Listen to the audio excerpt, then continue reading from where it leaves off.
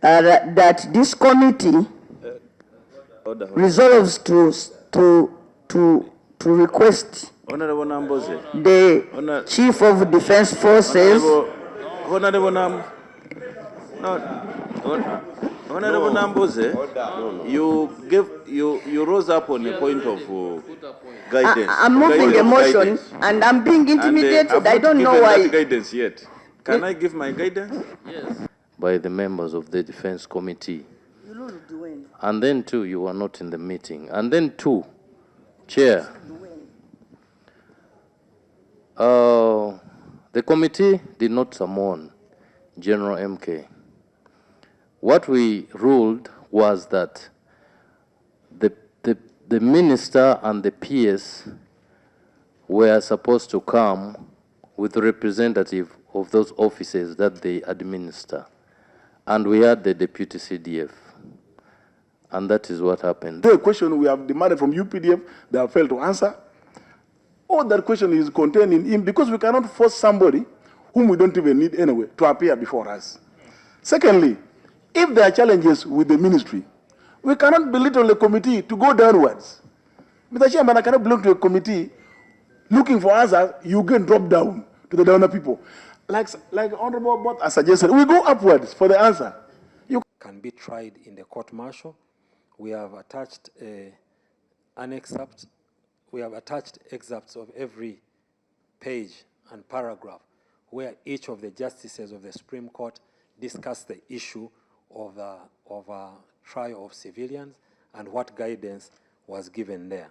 Under criminal procedure. Can you first complete that chain? You are out of order. No, I wanted to complete the chain of the story. Conclude. No, because proceed, General. Under criminal procedure, if you separated the aider from the principal offender, at the end of the day, you may not have any offense to prove. You will not prove the robbery.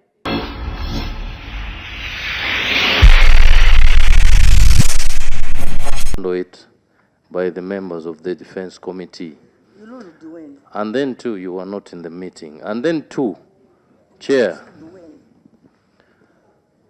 The committee did not summon General MK.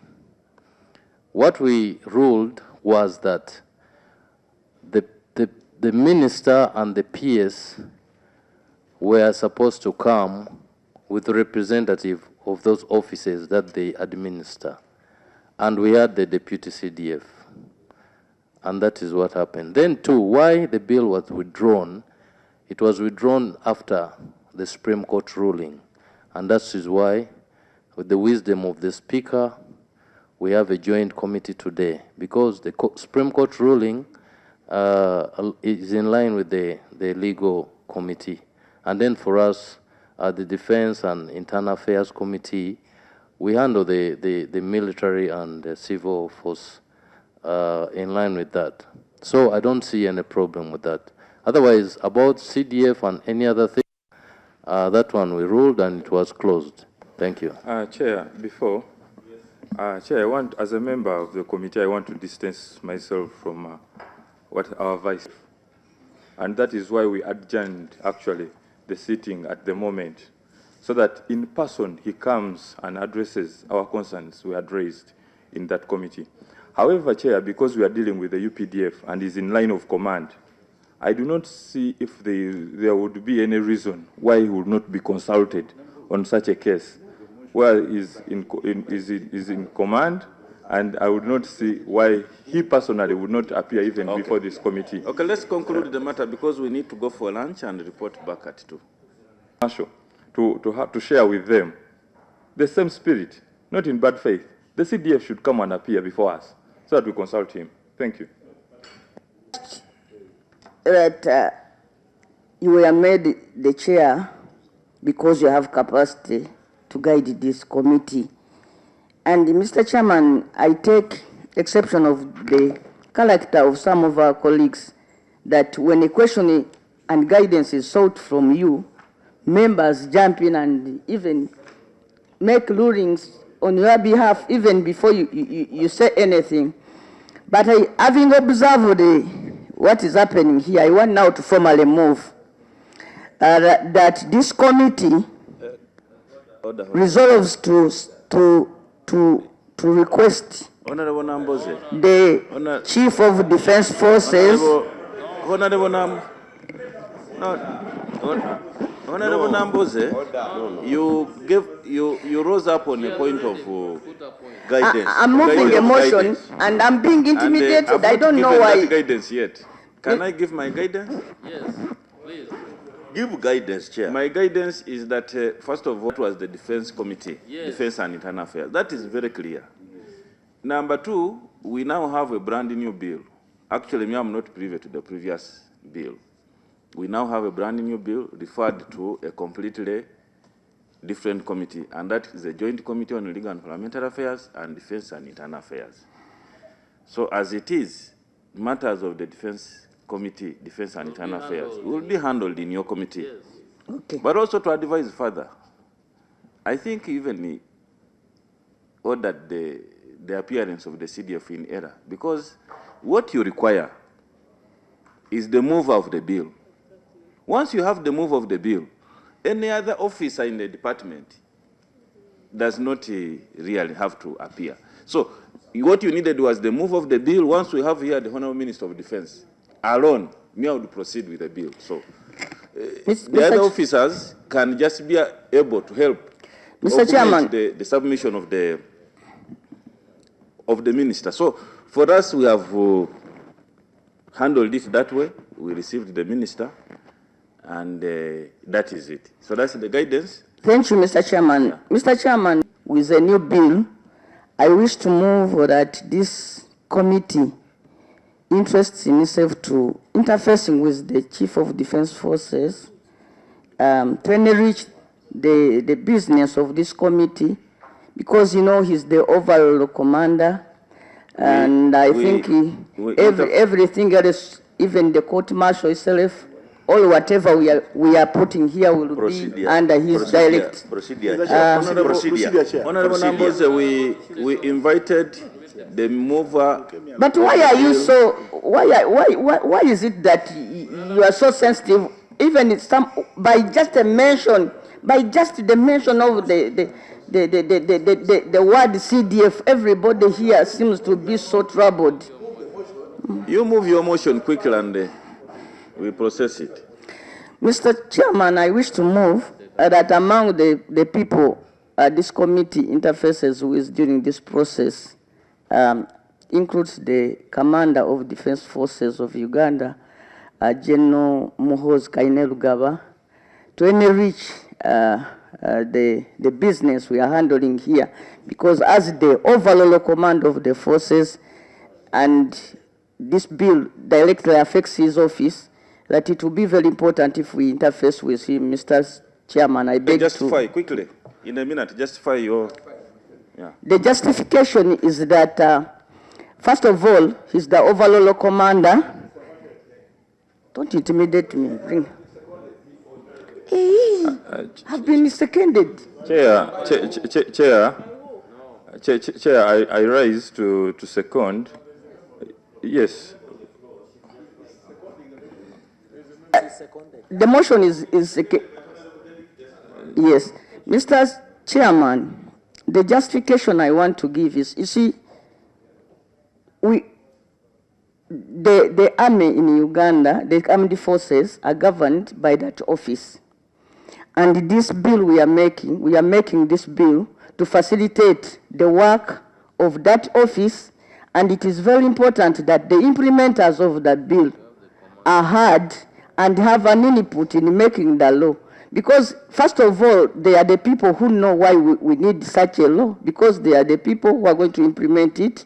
And in any case, they are supposed to enrich this debate, so that when we go to the House, because even previously, this Parliament had sought to interact with the CDF.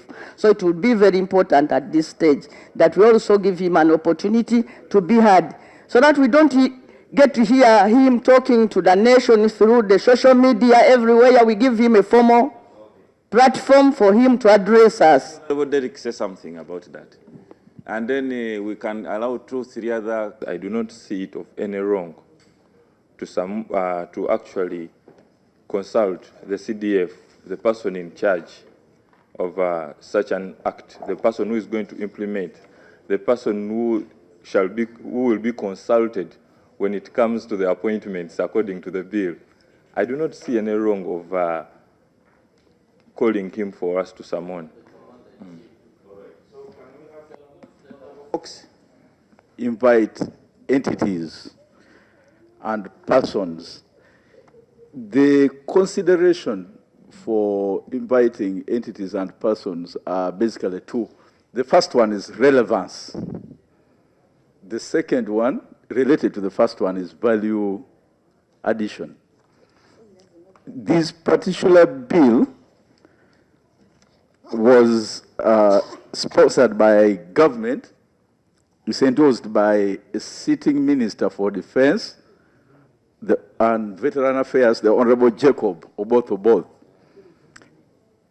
He is sufficiently competent, as you stated, to defend his bill. And he did defend this bill. We had questions for him that were asked. We still have questions for him. He's appearing at 2. You had stated this. I don't therefore see the value addition. First of all, the relevance of the CDF and the value addition over and above what his minister is going to state. Secondly, Honorable Chair, the Army, the UPDF, is subordinate to the civilian authority. General MK is subordinate to a one Jacob Oboth, who is his political supervisor. After we have interfaced with the political supervisor, why must we look for subordinate officers? And lastly, Honorable Chair, in the command structure of the Army, the Commander-in-Chief is the highest person. If we wanted anybody in the command structure, we should be looking for the Commander-in-Chief after the Minister. The person we should be looking for is the Commander-in-Chief, not the CDF. And the motion is not to look for the Commander-in-Chief, is to look for a subordinate officer under the Minister.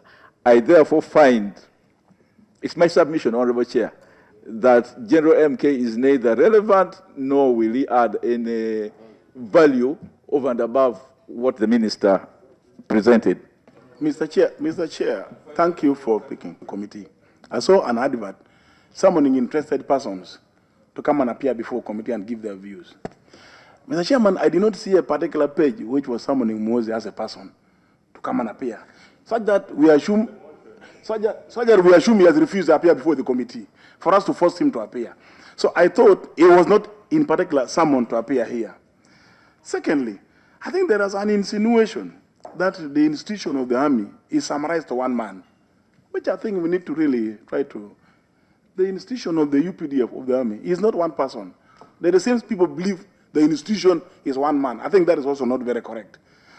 Thirdly, Mr. Chair, I don't think there is a question that the Army has not answered. I don't think there's where we are stuck because the UPDF had failed to answer something. I don't think we have reached that level. Is there a question we have demanded from UPDF they have failed to answer? Or that question is contained in him, because we cannot force somebody whom we don't even need anyway to appear before us. Secondly, if there are challenges with the ministry, we cannot belittle the committee to go downwards. Mr. Chairman, I cannot belong to a committee looking for answers, you can drop down to the downer people. Like Honorable Bott has suggested, we go upwards for the answer. You cannot, we have started at the level of the minister. We cannot fall backward to a smaller person, yet we are dealing with the bigger people. What kind of answer are we looking for? What are we looking from down? We better go up instead.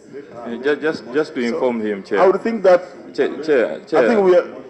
From the beginning, and the justification she had given earlier on was that the Committee on Defense and Internal Affairs, in the course of their duty, had summoned the Chief of Defense Forces. And I'm sure that was within their mandate. because they are a policy sectoral committee. Yeah. This committee is certainly different. By the way, we are joint, but under our new rules, we are now a committee. And this committee is subject to Rule 209, which we didn't make in vain. And I can repeat, subject to instructions by the House, the deliberation of every committee shall be confined to the matters referred to the committee by the House. And in the case of a committee on a bill, to the bill committed to the committee and any relevant amendments. Whereas I would appreciate the concerns of the Defense and Internal Affairs Committee because this is within their mandate to supervise the Uganda People's Defense Forces. The mandate of this committee is certainly different, very, very different. It's about this bill.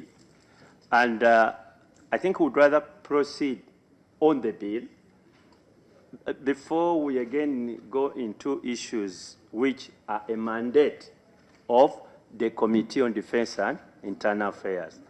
And our colleagues on that committee, please handle your business.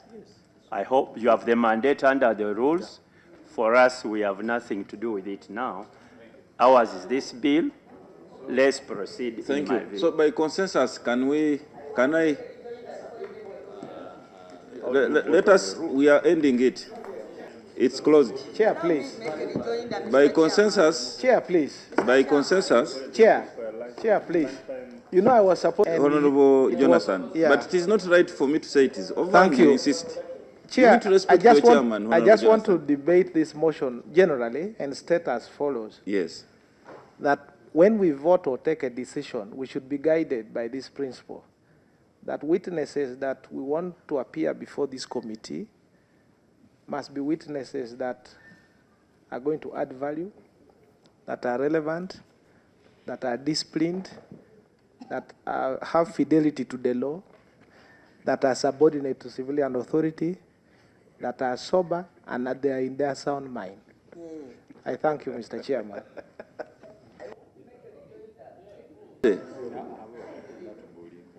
You are becoming unruly. No, you have put up a motion. It has been debated. You cannot make a rejoinder after the debate. Are we now going to debate the rejoinder? Because colleagues here have to debate the rejoinder. Yeah, you take charge. So what do we do? Mr. Are you motion or not? I'm not dropping it, Mr. Chairman. Okay, let's vote by voice. By voice. So those in favor, you will say aye, and to the contrary, nay. Those in favor will say aye, and to the contrary, you are still teaching us on how to vote. He hasn't called the vote. The meeting is adjourned to 2 o'clock. Ending of this meeting was that when the movers first appeared here and we had raised some issues, they had undertaken to go back, consult, and maybe come back with us with much more clearer ideas, which could be to stand by the original provision or make some amendments to clarify for us so that we can decide. And I thought that is the purpose for which they had returned here. But from your communication is that we are now going to consider this bill and take a decision clause by clause. And we are going to do this in the presence of the witnesses, in the presence of the brigadiers, in the presence of the colonels, in the presence of the captains, in the presence of the lieutenants. Chair, I have reservation. Are you doing this to intimidate members of the committee? Because this procedure is completely alien to how Parliament works, to how committees work. And I find myself really uncomfortable. Not that I can't make a decision, but that you have co-opted members who should not be sitting with us. And you have completely disregarded the principle of separation of powers and independence of Parliament.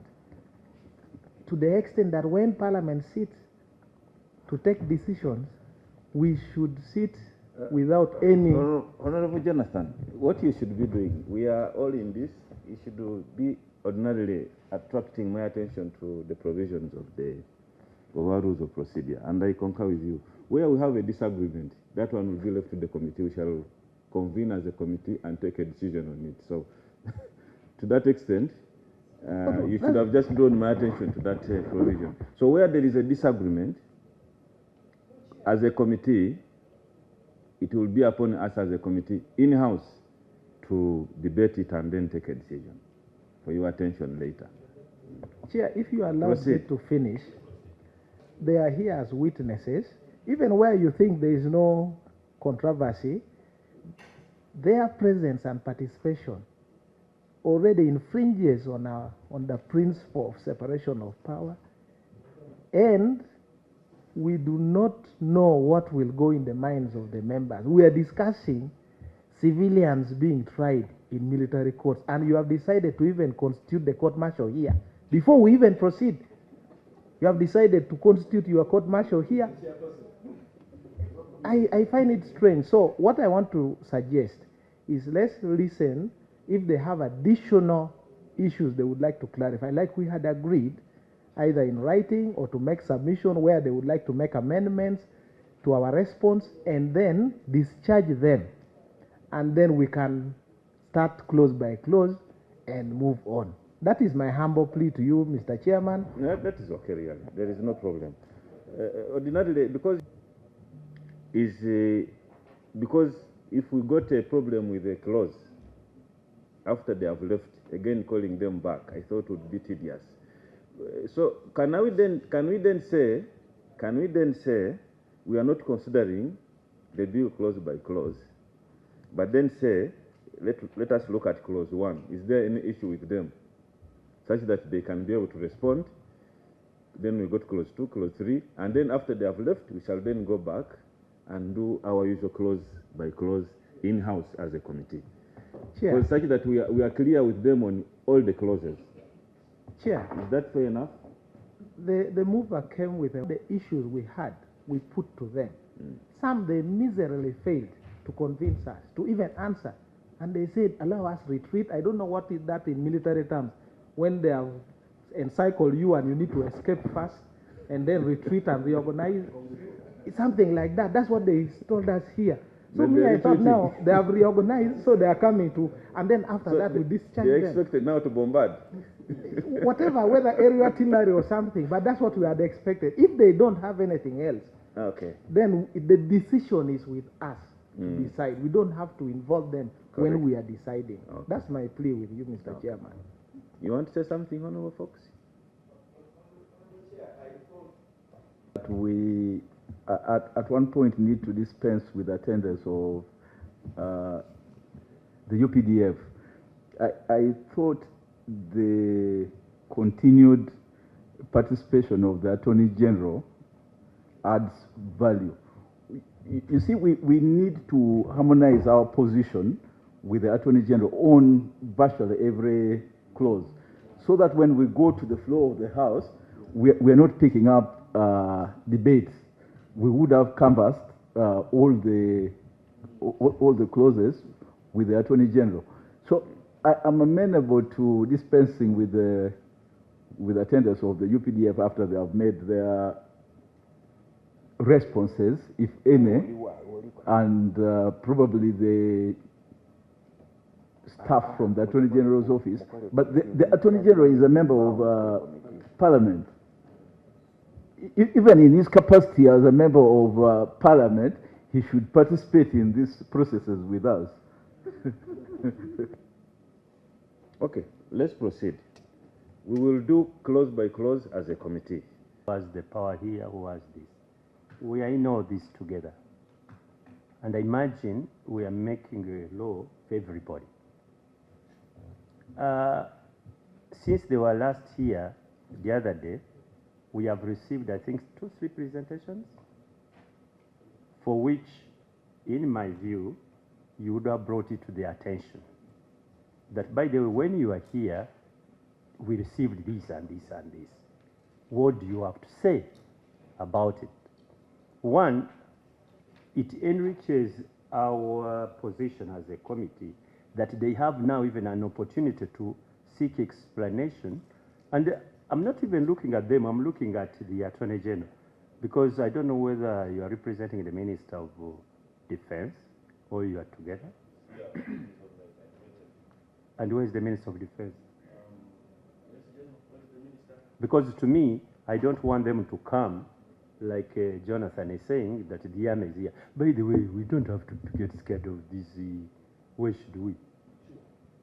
We leaders. Why should we be scared to be intimidated by these ones? I don't think.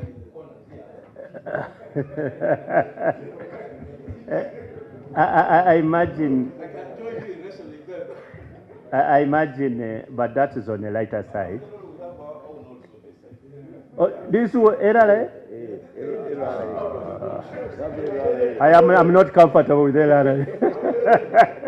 Chair, after here, you asked Honorable Katuntu to go to Makinda and just doing things there. Yeah, but I was thinking that we should have the minister here, because this should be coming with their minister. And even if they are to make any contribution, it should be with their minister. If their minister is here, I don't think Honorable Jonathan would have any problem. That they are here, they can whisper to the minister and so on, because they are part of the delegation of the ministry, not here in their own right. You should be with their minister here, and once the minister is here, I wouldn't have any problem in putting some of these issues to the minister. He can consult his experts of the forces, and then we can move on. The minister had indicated the difficulty to me of attendance, although he didn't say he would not attend, but issues this afternoon. And then he said that he had talked to the Attorney General, and the Attorney General would be around, and he was glad that if the Attorney General is around, the Attorney General could be able to handle most of the legal issues. But he assured me the technical people from the minister would come. No, I think the minister should carry his budget. I think for me, as far as my understanding of the discussion I had with the chair, was that we are coming to assist to understand the drafting and understand clauses. What did you mean by this? That's what my understanding was. When you drafted this clause, what was the meaning? For some clauses, that's as far as I'm concerned.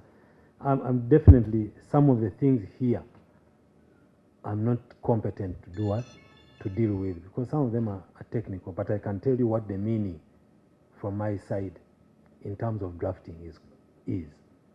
So, like you said, like members are saying, we are happy to answer any other questions, to also bring to you what we have added on since our last meeting here. And if you need us, we are available. If you want us to step out and allow you to go close by close, we are happy to do that. But we are comfortable sitting in with you, because after all, when it comes to the issue of drafting of the bill, it is us supposed to draft it. Thank you, Attorney General. I ordered the clerks to ensure that we have enough eats by looking at clause 2. Clause 2 is an amendment. Yes. Can I seek a clarification whether we will have the minister here? Because this bill is owned by the minister. Where is the minister? To me, that's the only one. This gentleman being here, I don't have any problem. But their head should be here at least. Honorable Member, the Minister. For me, I'll seek to. Honorable Member, the Minister discharged his of the bill. We invited him to get back for further clarification, and he promised that he would try.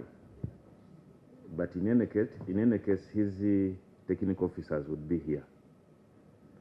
And we are blessed that we have the Attorney General, who has admitted that he is privy to the drafting of the bill. So, I want to think that if we have the Attorney General who says he knows why the bills, the clauses look the way they look like, and we have the technical officers from the ministry, I think we can be able to proceed. If there is anything else, it's not ending today. We can still invite the minister on Monday for further clarification. Chair. But for now, let's get what we can get from the team which has assembled here. Chair, the Attorney General has informed us that there is some additional information which is consistent with the adjournment we did on Wednesday. Some additional clarifications, some new submissions, what they have added, and that is what he said. I am okay receiving that. If the minister has also some additional submissions written, I am okay with that. But for us to go and start saying, close this, we discuss, and I am really uncomfortable. And I don't know what else, what other pressures is making you disregard the laws that you understand very well and you know, and what else are you trying to shock me with in this participation of this process. So I am only available to the extent of receiving the new additional information. Maybe they are proposing amendments which the committee can. But to start making decisions and discussions, and I told you, they appeared here. We asked, I have all the questions I asked, the ones they have answered well. If there is any member who wants to ask, that is okay. But we cannot go close by close. And I will refresh your memory. When I objected on Wednesday to the approach you had decided that we read the bill and receive, you said this bill, there is nothing controversial in it. We already know it. And let them present. I said, let them present close by close. It was your ruling. I said, no, just touch on the areas and go. So why are we doing things piecemeal? And you are the same chair who was here. So let's just receive the half and then we take a decision. Honorable Attorney General.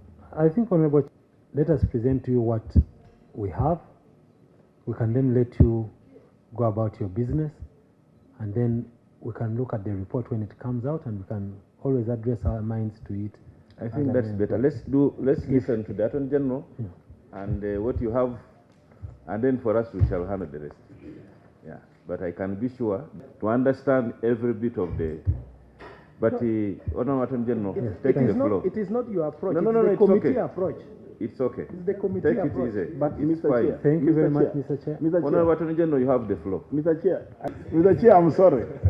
Mr. Chair, still with due respect to our colleague Ms. Odur, he has raised a genuine procedure matter.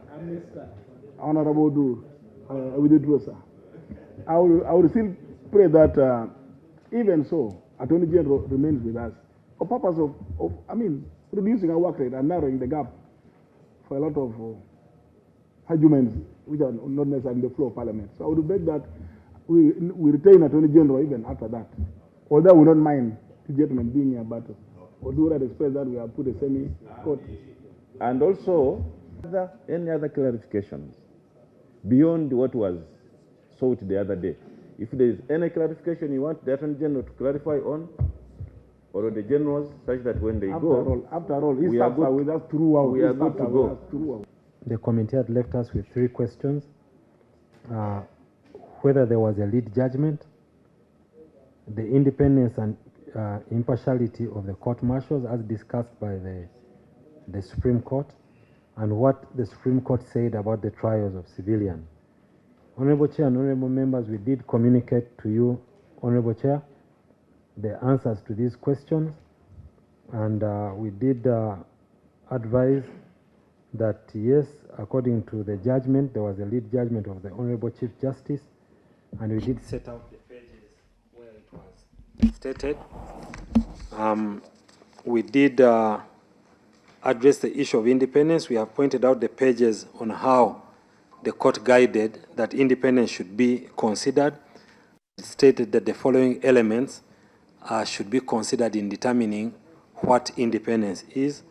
That is the taking of the oath, legal qualifications, the manner of appointment, tenure of office, convening authority and prosecuting authority, and existence of other guarantees against outside pressures.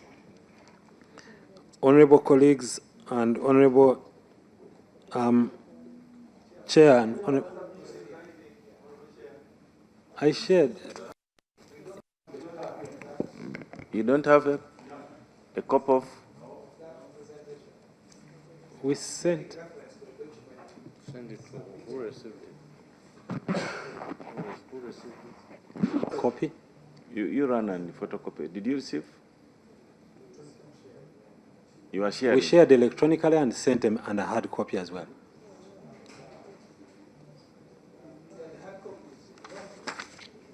So, do you want the hard copies? Okay. Clerk, please. Give me Article 128.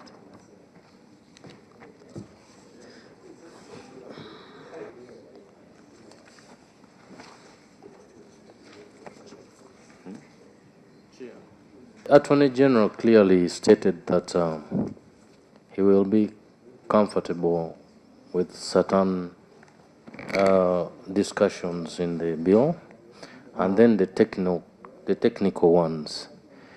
He will not be, especially the military, on the military aspect. Now, if we allow the military to leave, since the minister is not there, won't we hit a dead end? The military is not leaving. We have just changed the approach to say, okay, let us have the clarifications that the Attorney General has to make. If there are any clarifications from the military, they make, and then we can seek further clarifications on any clause. We interact, and then they can take leave. That's now the procedure. Yes. Thank you. But anyone from the executive without their political head policy, you know the practice. No, that one will not obtain today. Let's proceed. We will proceed. Thank you. Okay, I am just highlighting it. You can dictate the way you like, but I want to challenge that. We are always receiving entities. Throughout the year, we receive entities here during the budget process, without the minister. So that one. Thank but you. I would like to be, because what my brother is saying is going on record. And to determine where something is wrong or right, you go to the law. And when you are talking about the law, you go to the rules of procedure of Parliament, for which I'm honored and privileged to be the boss. I'm yet to see a rule that provides for that. It is a practice, yes, and if we are like diverting it from the practice, say, well, this is a practice, but I don't want somebody to say that we are deliberately breaching a rule, because as far as I'm here, the rules are here. If there is a rule being breached, and my brother Jonathan points it out, then you will have to take a decision, because we cannot deliberately breach a particular rule. However, I don't see a rule that provides for that position. I said I'm chairman. I didn't sum the further is your word. You said it here. No, you are running chairman, away. Honorable Attorney General, Yes, can you proceed? and Honorable being Jonathan, a chairman does not. Let's hear from the Attorney General. Is there a rule? I was already answering you. Let's hear from the Attorney General. I was already answering you. Thank you. We have pointed out the provisions. There was a lead judgment of the Chief Justice. We pointed out the provisions in the judgment where the court guided on what we need to look at in order to determine whether the General Court Martial is independent and impartial. And I said that the things that the judgments pointed out were the taking of the oath, which has been provided for, legal qualifications, which have been provided for, the manner of appointment, and specifically here they spoke about the participation of the JSC, which has been provided for, the tenure of office, security of tenure, which has been provided for, the convening authority and prosecuting authority. In the bill we have addressed, the convening authority is the chair of the court martial, and the prosecuting authority has also been provided for. The existence of guarantees outside pressure, also objective impartiality. So these are the elements that the judgment spoke to determine independence. On the issue of the discussion on whether or not civilians can be tried in the court martial, we have attached an excerpt. We have attached excerpts of every page and paragraph where each of the justices of the Supreme Court discussed the issue of trial of civilians and what guidance was given there. So, Honorable Chair and Honorable colleagues, those are the questions that were left with us. We've sent a written brief on that. We'd just like to point you again to a matter that was raised on clause 57. On clause 57, in the discussion, we talked about the drafting. There was an issue of drafting because the meaning seems to have been lost in the drafting, and we had proposed that the drafting can be revisited in clause 2, where they say where a person has appealed. And in this provision, the discussion was, have we taken away the Supreme Court, the constitutional requirement for someone to go up to the Supreme Court where there is a matter of death? And we have proposed a new drafting to be included in a section in clause 57 to read where a person has appealed under subsection 1. The person shall continue to serve the sentence imposed by the courts martial until the appeal is disposed of, except where the person is granted bail pending appeal. Because I think we had that issue of what were we trying to say. So there was that clarification on the drafting. Honorable Chair and members, there was the issue on the military stores on Schedule 7. Schedule 7, I've been advised by the technical people that the requirement here is that these must be properly inscribed. All their stores would be properly inscribed with the marking UPDF. So if, for example, their shoes, they'll clearly be marked UPDF. So if someone is found with stores which are not marked UPDF, say like we discussed the black shoes, if they are black shoes and they are not marked UPDF, we are safe. Because I had also considered reviewing my wardrobe on black shoes. But now I think they have clarified that. No, for all the military stores, I think we need to include a provision in here which requires that all the military stores must be clearly marked with the inscription UPDF. And if they are not marked with the inscription UPDF, they are not military stores. Yes. So I think, Honorable Chair and colleagues, those are the questions that we were left with, that we carried away. We are happy to field any other questions that you may have on anything. Otherwise, we are also happy to take your leave and wish you great deliberation. Thank you. Thank you. We go for some cadre courses at Chankwanzi. And after the course, we are given the attire. And these attires are clearly marked UPDF. So is that part of... Okay.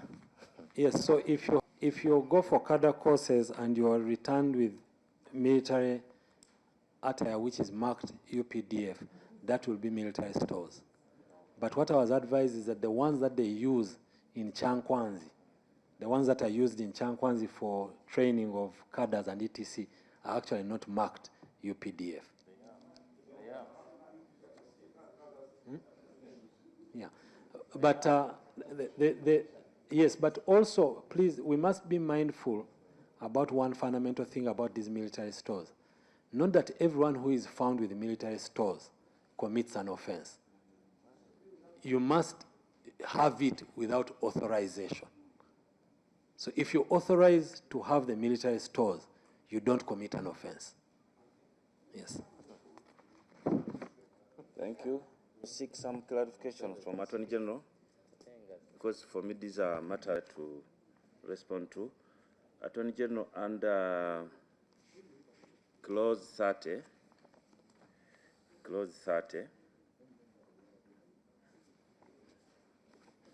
under clause 30, let me just go there. Yeah, under clause 30, you created the bill creates an offense under clause 30,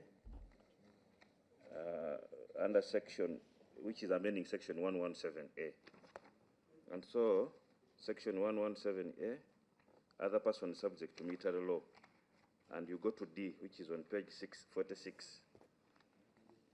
And it says, where the person aids or abets a person subject to military law in the commission of or conspires with a person subject to military law to commit the following offenses. Now, these offenses are created here: murder, aggravated robbery, kidnap with intent to murder, treason, misprision of treason, or cattle rustling.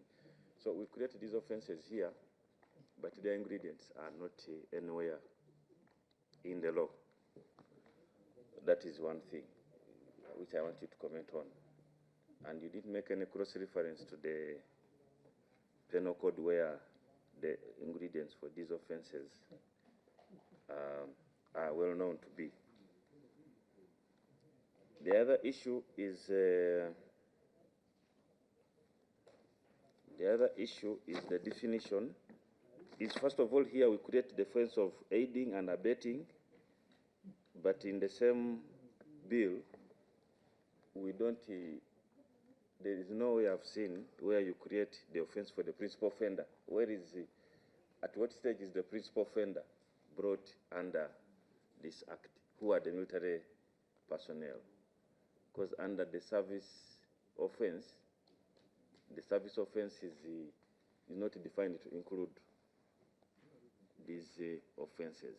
So the principal offender is not culpable for these ones, and yet we have created aiding and abetting. Is it clear? Have I made sense?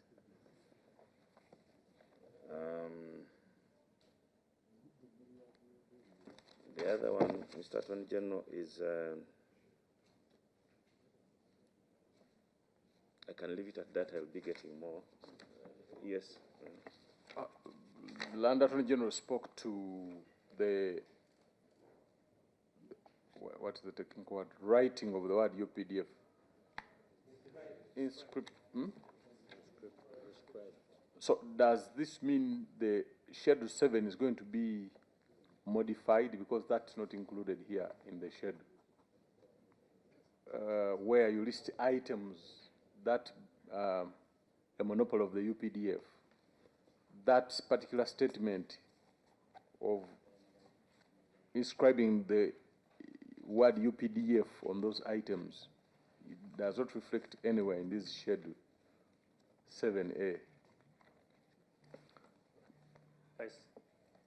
Chair, I thought that it can only come from our proposal to that particular clause, and now they will have no objection because they have said, yes, that's what they want.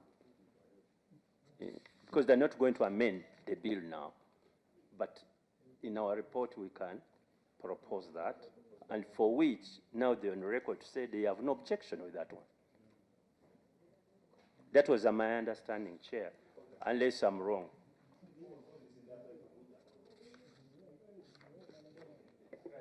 Honorable Chair and Honorable colleague, I think one is that when we interacted with the committee yesterday, they pointed out a gap in the law which could be abused.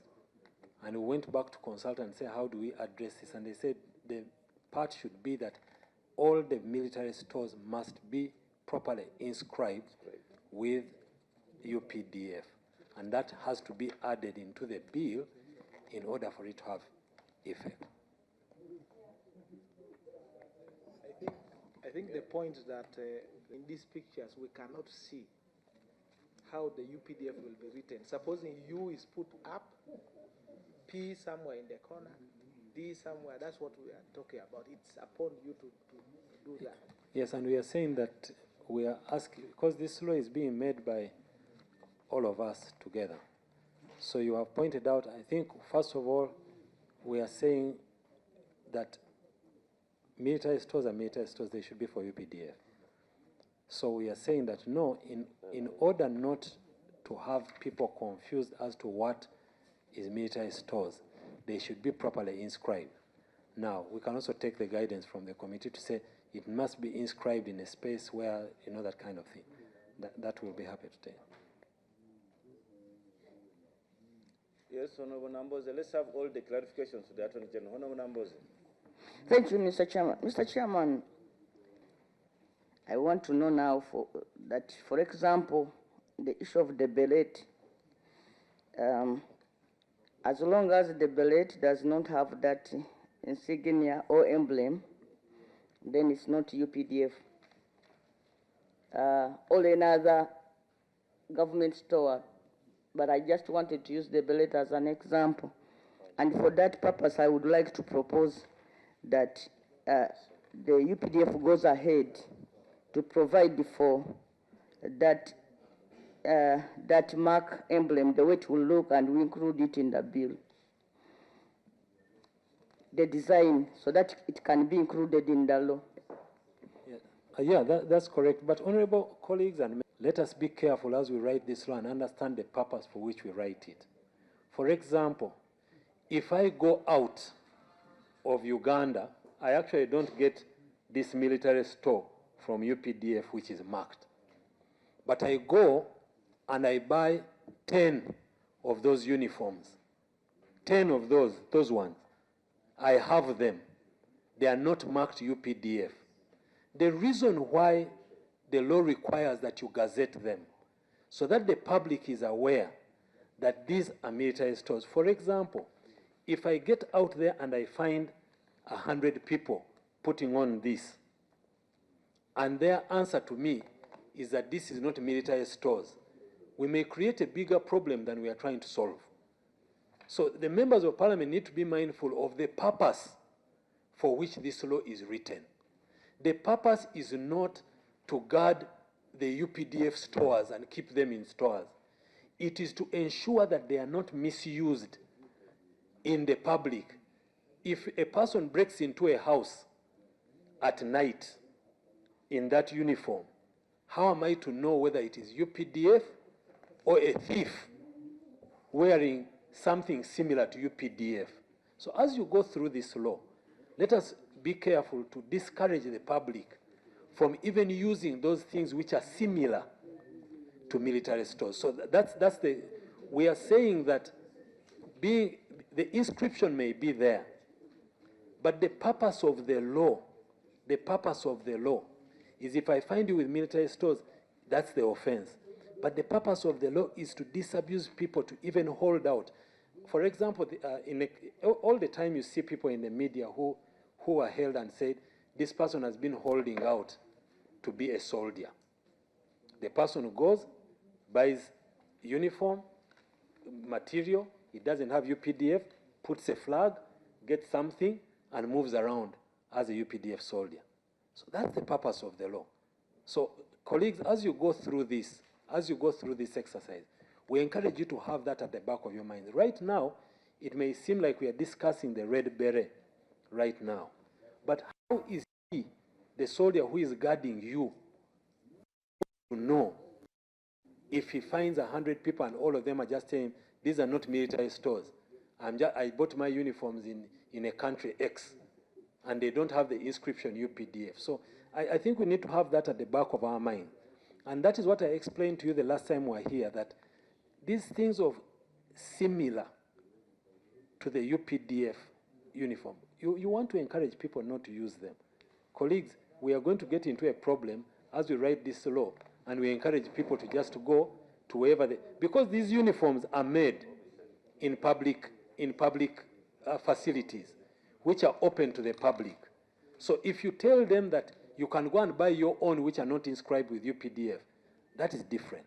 So there are things that we looked at when we were having this discussion, when we were saying, would it be reasonable for you to find someone with a black shoe and say it's military stores? Or a Kaunda suit and say it's military stores? And we said, okay, that's reasonable because we can have so many black.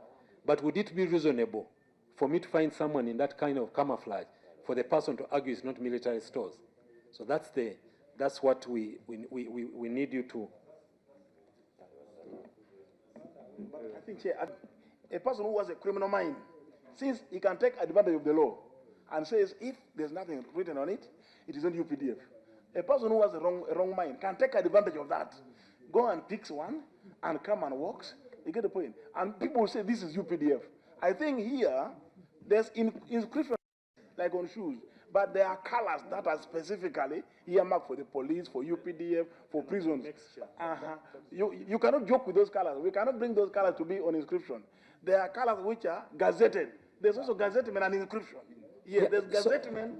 I think what we are saying here, what we are saying, some things which are common in use, like shoes, kaunda suits. You would understand if a person is found in a blue kaunda suit, and you say coffee brown, you know, say, but is this military store? Is it not? Those are common use, but there are some things which are not common use. There are some, and when we make the clarification on these inscriptions, we shall show what is to have inscription and what you are expected as a member of the public to just leave on the side. Because we don't think that it is correct for us to send out a message to the public that since you can go and buy this uniform, you can go and buy berets, you can just put them on. Now, because it has no inscription, it's very dangerous. It's very dangerous, but it is left to you as the committee, because eventually you're going to have a clash. You're going to have a clash where you are in a crowd and you can't tell who is, you know, who is a friend and who is an enemy. It has been properly covered. Okay, Attorney General, thank you for this interaction. All of us, for example, it's not just about green or what. For example, if you look at that color, it's not just one color. For you to go to a great extent to get a dress or a suit in that color, when you are not part of that, when you know ordinarily it belongs to a certain institution, I think that is really, there's something you are imputing, and when you make many of you to make the same. So, but I am really interested in the mind of the Honorable Attorney General. When you go to section of this bill, section 30,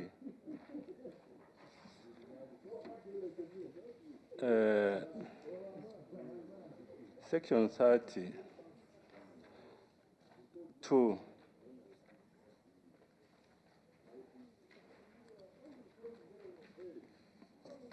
section 32 says, a person referred to in subsection 1, that is the number of people there voluntarily accompanies. That's where the 1A says that where the person voluntarily accompanies any unit or other element of the defense forces which is in active service in any place. That's 1A. And you go to 32, says a person referred to in 1A who, while accompanying a unit or other element of the defense forces, is alleged to have committed a service offense, shall, for the purpose of this act, be treated as if he or she was a militant of the rank of a private. I don't know how many of our officers here have served in Karamoja. On a daily basis, Attorney General, if there is an issue in the community or some cows have been stolen, what the UPDF, because there is this cooperation, civilian military cooperation, they run to the community and say, come and help us. Lead us where the footmarks have gone. These people have stolen cows from Agago, from Asholi. They track together until where they end the destination. Even in other offense situations, the UPDF, in the case of Karamoja, is heavily reliant on the local support of the guidance of young people in tracking, in movement, and so on. I don't know, in drafting this, are those the people you are targeting to make them liable to prosecution under this act? Because they are merely volunteers. Some of them are informants, some of them really are helping propping up the intelligence of our security forces. And if so, if they come to know, some of us, we, of course, as politicians, will tell them stop, because you are liable to be prosecuted. And that will undermine the work of the security forces just by this provision. Because by the moment you take the next 2 steps, working with the UPDF, you are liable to prosecution. And this is I don't know why this provision was brought. I can see also under 31D, the specifications of crimes: murder, aggravated robbery, kidnap, treason, misprision, cattle rustling. I think there is also thinking there. You know, we have also had a law before, where 1963, where they say, where you get two Karamojong together, they're either from a raid or they are going to a raid. Please arrest them. Karamoja Act. So now, is this another law having eyes? Why? Cattle rustling is theft of cattle. So, but the way it is misused and misconstrued, it could actually even end up being targeting certain groups. What was the thinking here? Is this a special theft? How do you call a theft of cattle in what is happening now in Gomba? I think you saw the reports on the New Vision. There are cattle thefts on this side, in Yabushoshi. Will that be called cattle rustling, or that will be called theft? And the stealing of cows in Karamojong will be cattle rustling and subject to the military prosecution. So this is really. So are we calling now only theft in Uganda cattle rustling? No, cattle rustling is cattle rustling. It's cattle rustling. Attorney General, can we define it? Let me finish. And it is not, you don't normally, it's predominant in Karamoja, but it is not an offense for only Karamoja. It's not an offense for only Karamoja. So that is one. The offense is not only for Karamoja. Once you start that exercise of cattle rustling, it can come down. It comes down to Teso. Even in Gomba, you started getting some of those incidents. Even Musev's cows was stolen. Yes. Would you call that cattle rustling? Yes. So and then what happens to other laws that talk about cattle theft or theft generally? Theft is different from cattle rustling. Maybe we They need are two different offenses. Then we need to define it in this law so that we understand what it is. Because otherwise, we are making a law targeting Odur, or it's Odur making it in his favor. So I don't know, but let's define what it is. Yes. And who you are targeting. Whether theft, because it should be the same offense, whether you commit it in Kisoro or in something, not yes. This one, cattle rustling, which defines which is even geographical. Yes. And that means you make a law for us, for the people of Kampala, what you call it. When a lights are stolen from a car, we call it what? Now, this issue of 32 has got many scenarios. And when they say is alleged to have committed a service offense, this service offense, as we've redefined it, is the offenses under the UPDF Act. For example, if you disclose the location of soldiers, it is an offense under the UPDF Act. It's a service offense. You are in battle. You go and tell the people that the UPDF is in the Andach there. That's a service offense. Say wherever they are. Say you say that they are in this place. Yes, a specific location. If you go and pick the location of officers and you say this is where, that's a service offense. Now, if that person was embedded in this group of soldiers as an informer, for example, in the case you've given, but it turns around and goes and tells the people they are pursuing that we are behind the building now, that's a service offense. That's what they are talking about here. No, spouses can't be embedded in the operation. Cowardice. No, but this one, colleagues, is at least the UPDF operation are very much civilian-based. The operations of UPDF are very much civilian-based because UPDF works more with civilian operations. So wherever they are, they embed people. The duty here, if you remember, this is in respect of section 1. Yeah? Subsection 1, subsection 1A, where a person voluntarily accompanies a unit or other element in active service in a place. So you know you're going into active service. You voluntarily go there. So if you know that you're going to attack, it's a war, and you voluntarily take that step, then don't run away. So this is much. A quick clarification.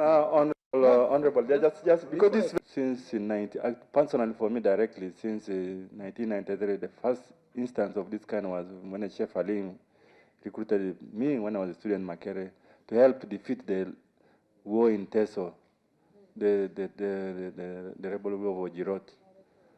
Actually, it's not voluntary, even now. It's a duty. Once the UPDFs have come to your village, you just said all the young men lying. Let's go. Let's help us in this. And the fear here is that if you introduce an offense along the way, you have no defense. If you say you are voluntary, which you are not, and then you say you have been another offense lumped on you, it will be difficult and will create a difficulty in this civil-military cooperation. Would it comfort you to know that this offense has been on the statute book since the inception of the UPDF Act? And suddenly, personally for me, I didn't know because I was not in 2002 when this law was made. But what I'm saying, this comes alive and someone misuses it. It has been on the statute book since the inception of the UPDF Act and has never been misused. So this is not a new offense. It has been on the statute book. If you look at your old statute book, even the NRA statute, it has been there. It is not new. So what is the new amendment here? The issue here is we have separated 117 from 117A. 117, originally in the Act, 117 lumped together soldiers and civilians. What we have done in this amendment is we've put 117, which deals with soldiers, and 117A, which deals with what? With civilians. So that is the difference. 117 deals with soldiers, and 117A deals with civilians. I'll look at that. Thank you for that information. Yes. Let me look at both of them again. Thank you. Of 30, the chair raised the issue of the ingredients. The ingredients, if you look at clause 38.6, 38.6 gives the jurisdiction to try offenses under this act and any other written law. 38.6, that's where it is. So the issue of aiding and abetting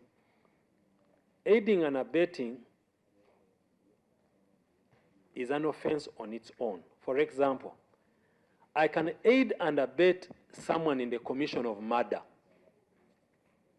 and I will be culpable for the murder, but I'll also be culpable for aiding and abetting. But I may not have participated in the act of murder. Say, for example, I come and wreck the place for you, and I tell you now the person has entered the house, I leave the door open, you go in and kill. That person has committed the murder, but I've aided and abetted that commission of that what? Of that offense. So I'm liable for aiding and abetting. The court may not be able to get me for murder because the act of murder, I did not commit it. But I could be got for aiding and abetting the commission of murder. But then there are other cases of aiding and abetting where we participate together. So that's the thing that you have with 31D. 31D. So those offenses are provided for this side, and that is aiding and abetting. When I listen, starting from where we left on, I get a feeling that we are mixing two issues. whether there should be an offense or there is already an offense in our statute books for possessing military stores, okay, for example, or for aiding or for abetting, which is there. In our thinking, and I agree that there must be an offense, but we are discussing this in relation to who has jurisdiction over. Okay, so we are not contesting that these offenses should not be there. That somebody found with, say, example, military stores or this and this, or as aiding. I agree with you. So you should be addressing us in line with the justification why they should go to. That's another question, because for me, what I was answering were the questions that were put to me, but I'm happy to try and answer that, why they should go to the court-martial. Let's start with aiding and abetting. Let's start with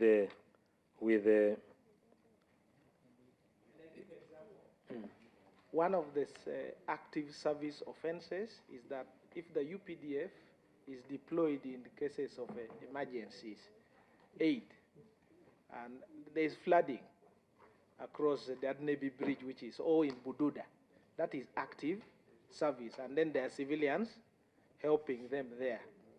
And then in maybe the distribution of posho and something to the civilians who are displaced, or the iron sheets from maybe OPM, and some civilians steal these iron sheets or find these iron sheets in their homesteads. But it was during the active service of UPDF. So you are saying they aided. So they would be part of this, just as an example. No, because they stole. They did not act with any soldier. Say they are with soldiers. Are they stealing with a soldier? No, it's the soldier who has stolen. Yes. But was in the company, the soldier was deployed in active service of providing relief or something like, which is their mandate. But also there were civilians, and the soldier somehow finds a way of stealing, because it's an offense, and now is subject to the court-martial. And then this civilian who was part and parcel, aiding and abetting in the context, they would also go to court-martial? Yeah, because for aiding and abetting, we have said you aid and abet not the stealing of iron sheets, but murder, aggravated robbery, kidnap with intent, treason, misprision of treason, and cattle rustling. Let us use another example. A civilian is embedded in an active service of distributing relief. Then this soldier and the civilian leave this town and they go to a person's home and they kill the person. Yes, that civilian and the soldier will be subject to military law, but not for stealing iron sheets. And that is why 30D, 1D, has clearly stated what offenses you aid and abet. So if you aid and abet a soldier in the commission of any other offense which is not stated here, you don't go to the court-martial.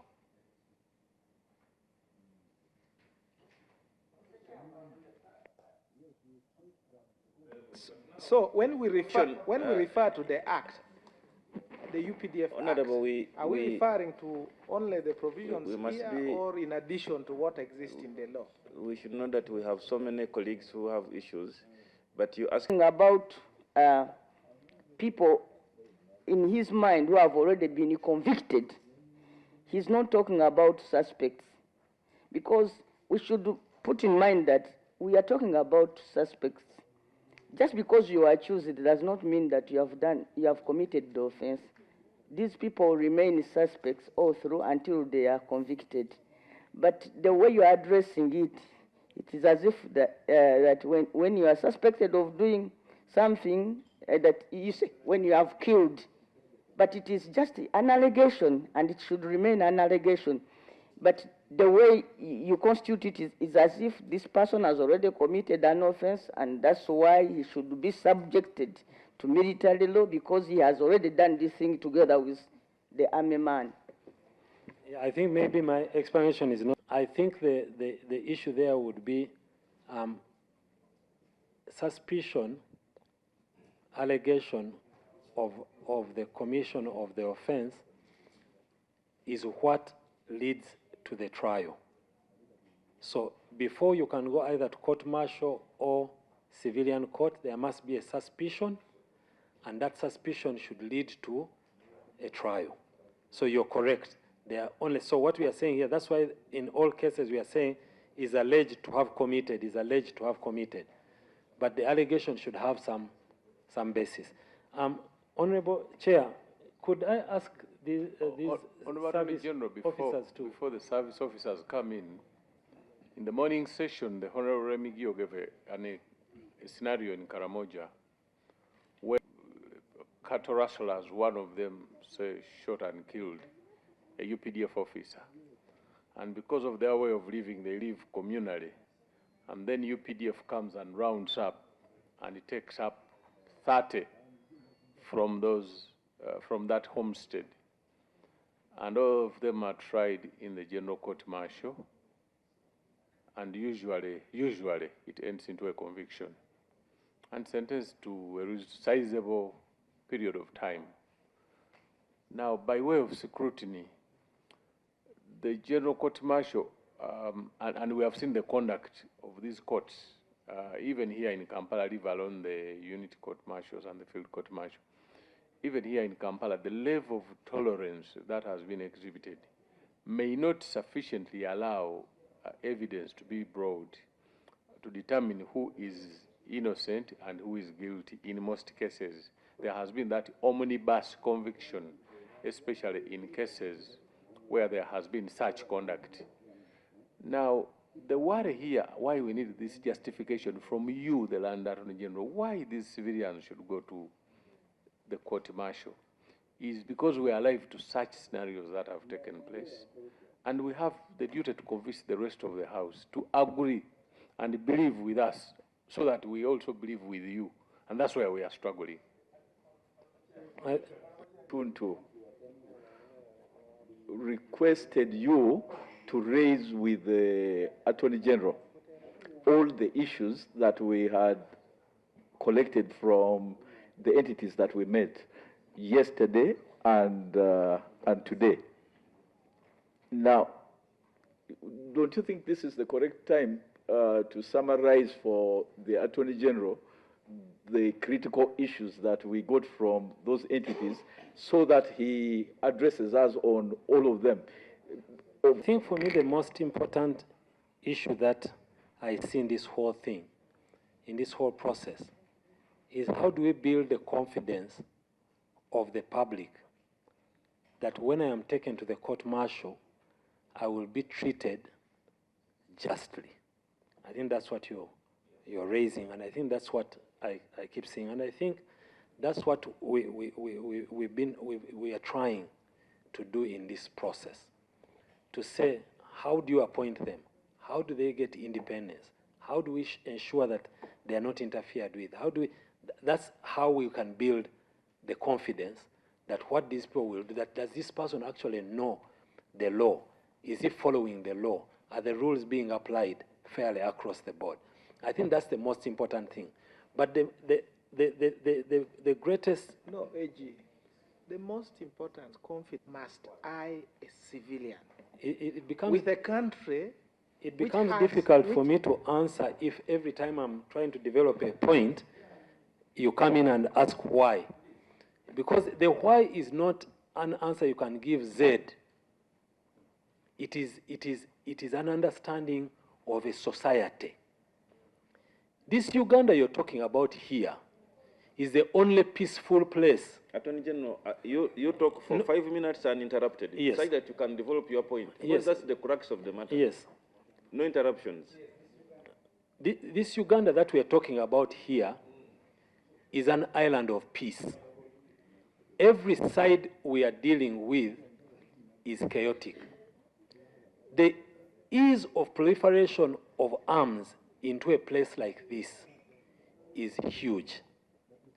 Now, laws are prepared for two reasons. the first and most important is deterrence.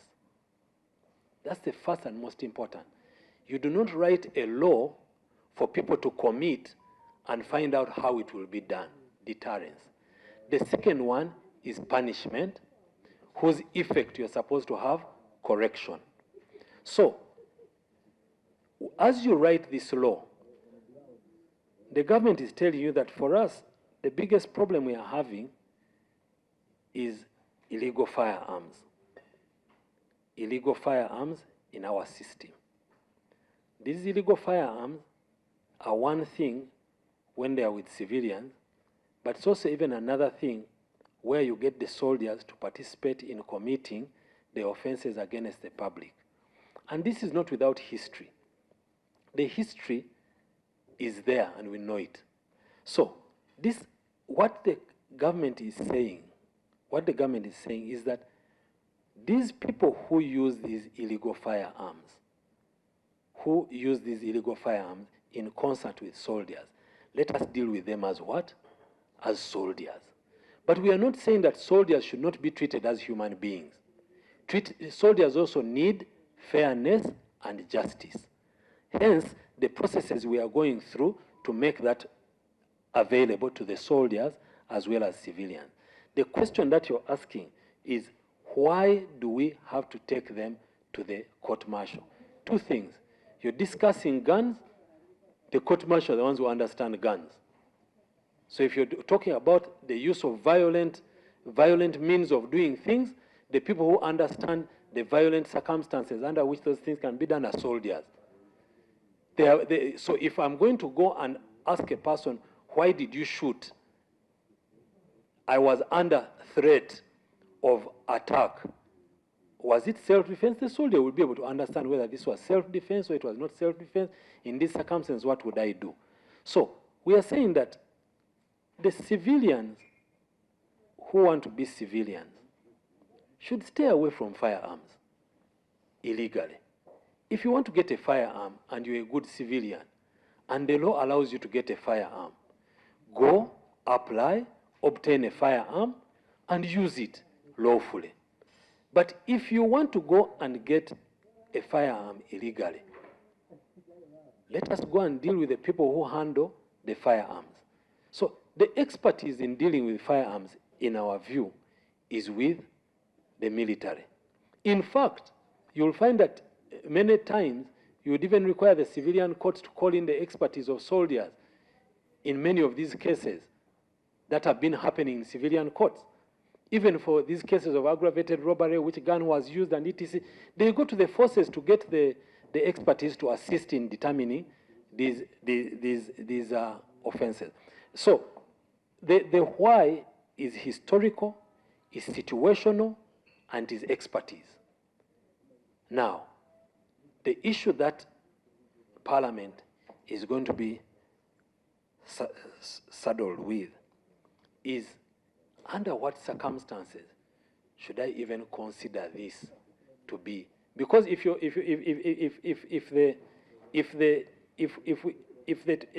I do not take the view myself that there should be no circumstance under which a civilian should be tried by the court-martial. We just use the example of aiding and abetting. You're going to create just confusion. There's a soldier this side and a civilian this side. Now, it is also not palatable to say, let the soldiers come this side. So, the issue of the why, colleagues, we need to get back into what our situation is. What are we trying to do? What is government trying to do? Government is trying to get people away from illegal firearms as a deterrent. And that is why the law exists. But the law did not take away the jurisdiction of the civilian courts.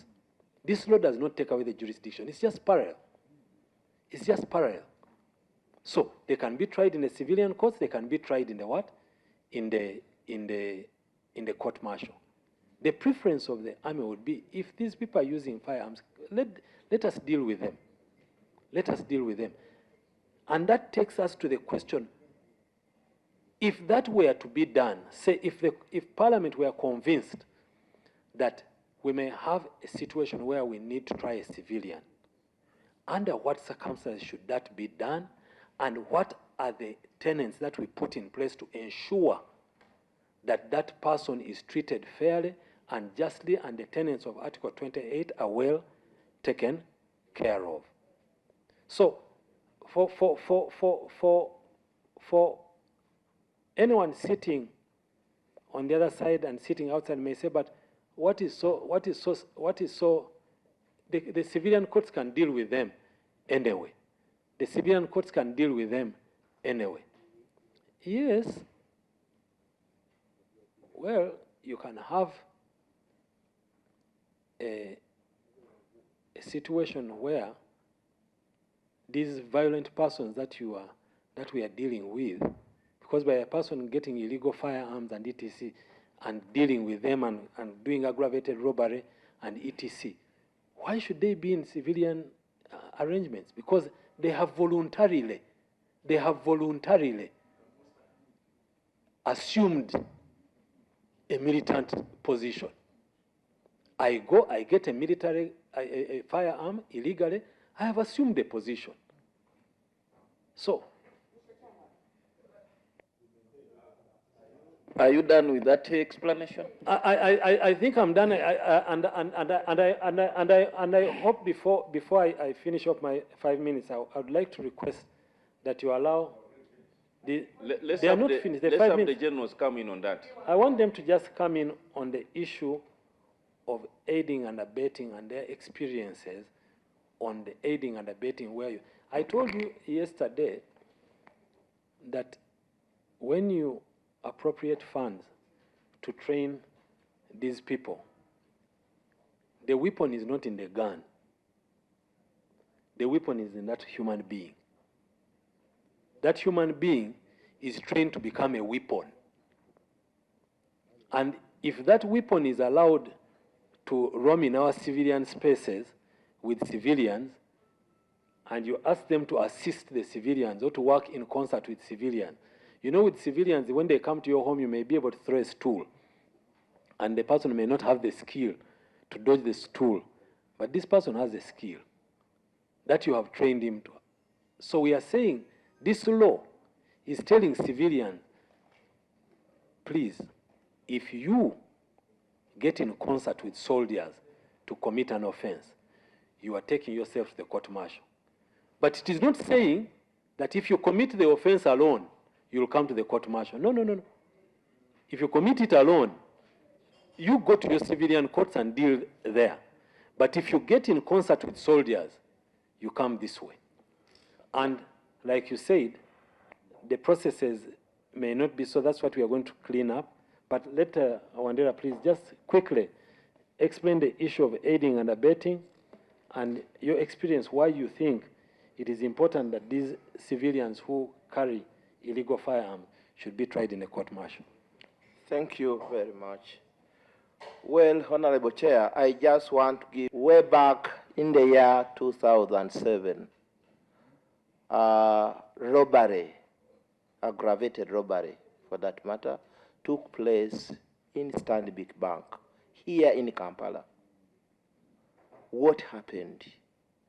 An employee, a staff of Stanbic Bank who had two cousins who are members of the Uganda People's Defense Forces, conspired with them, planned to cause robbery by using the two cousins in the Stanbic Bank.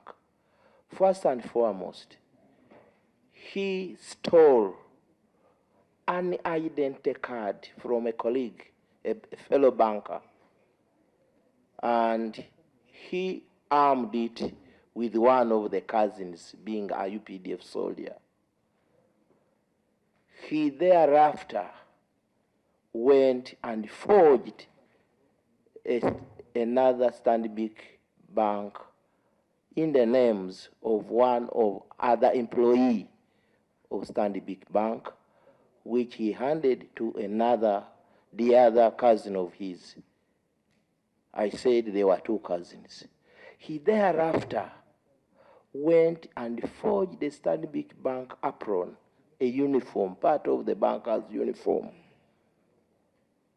He swore them, had them sworn, and he gave them to the two cousins who were soldiers, and told them, you will hide your AK-47s under those aprons.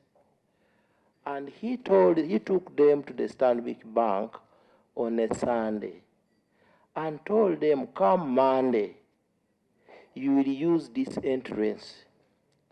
And he told them further that the one who had the stolen identity card should be the one in front, followed by the other whose identity card he had forged.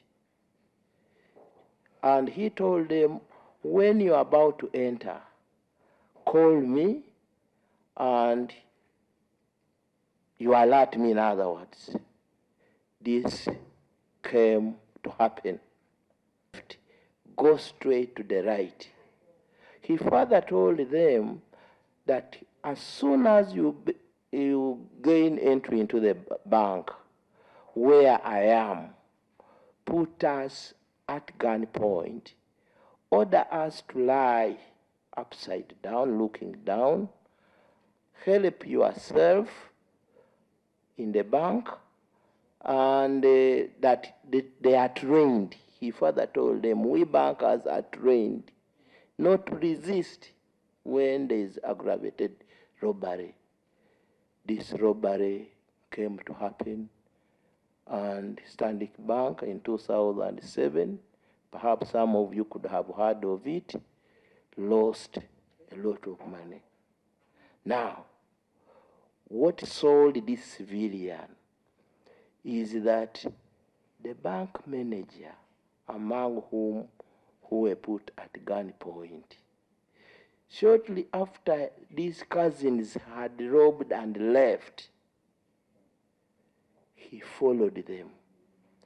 But the bank manager had seen him as if signaling to the robbers. So after some time, when they realized that the robbers had helped themselves and left the bank manager was the first one to stand up, and he asked, where is so-and-so, this other banker who aided? All what I have told you, those who are not lawyers, honorable members, the participation of the civilian is mere aiding and abetting. What is aiding? The stealing of the identity cards, the aprons to access them to the soldiers, all that was aiding. And what is abetting? Abetting is mere watching. Now, he did not participate in the actual robbery at all. What is robbery? The robbery is when you use a firearm to... Yes. Now, the robbery was committed by the UPDF soldiers. The two cousins are not the civilian. Now, Article 210 requires us, the UPDF, to instill discipline in the force. Here we are, placed in a corner. Civilians who are opting, as the Honorable Attorney General has been emphasizing time and time again, who feel they should associate with us, get some errant soldiers, aid them to do this act. Now, how are we going to ensure that discipline in the force prevails? When, and by the way, if you separated legally before you come under to criminal that, procedure... Can you first complete that chain? You are out of order. No, I wanted to complete No, the no, chain no, no. of the story. Conclude. No, because Proceed, General. Under criminal procedure, if you separated the aider from the principal offender, at the end of the day, you may not have any offense to prove. You will not prove the robbery. So they were taken to the general court martial and conviction. They were convicted, including the civilian, on aiding and abetting. The sentence now, as Attorney General was emphasizing, the sentence for aiding and abetting is much lighter than the persons who participated in the actual robbery, the ones who had the gun. That's what I wish the Honorable Chair to associate with you. Thank you. The last round now. Let me start the last round and then I'll give you a chance. The Honorable Attorney General, the issue of tenure